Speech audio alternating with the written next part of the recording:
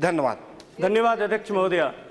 एक बहुत पिछड़ी हुई गरीब जाति नायक राजस्थान में निवास करती है, उनके 60 सालों के दर्द को आपके साथ बांटना चाहता हूं, इसलिए आपका थोड़ा सा समय का संरक्षण चाहता हूं।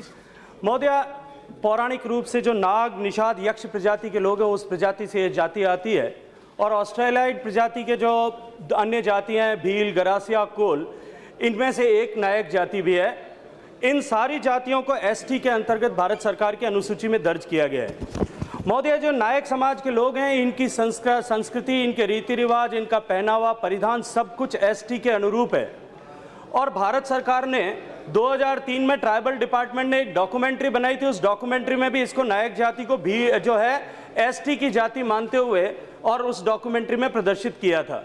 इसके अतिरिक्त भी राजस्थान उच्च न्यायालय ने भी जो है अपने एक फैसले में 2008 में इसको जो है एसटी जाति के अंतर्गत माना था। लेकिन महोदय, और इसके साथ ही साथ 1871 का जो क्रिमिनल जनजातियों का जो एक्ट था, उस एक्ट में भी इस जाति को क्रिमिनल जनजाति मानते हुए उसमें रखा गया था, उसके अधीन रखा गया था।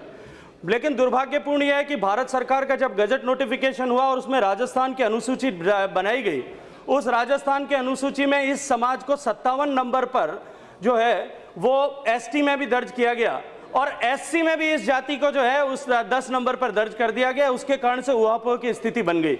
अब कुछ एक स्थानों पर इस समाज के लोगों को एसटी का सर्टिफिकेट दिया जाता है, जबकि कुछ स्थान पर इन लोगों को एससी का सर्टिफिकेट दिया जाता है। और अत्यंत ही दुर्भाग्यपूर्ण यह है कि एक ही परिवार के एक ही स्थान पर लोगों को कहीं एससी का सर्टिफिकेट दिया है और कभी एसटी का सर्टिफिकेट भी दिया है। वस्तुतः यह स्थिति इसलिए उत्पन्न हुई कि जब इंग्लिश और हिंदी में गजट का नोटिफिकेशन छापा गया तो हिंदी में तो नायक लिखा हुआ है, लेकिन अंग्रेजी वर्जन जब उसका लिखा गया तब नायक की स्पेलिंग में NAYAKA दर्ज कर दिया गया, जबकि नायिका नाम की कोई भी जाति ऐसी नहीं है।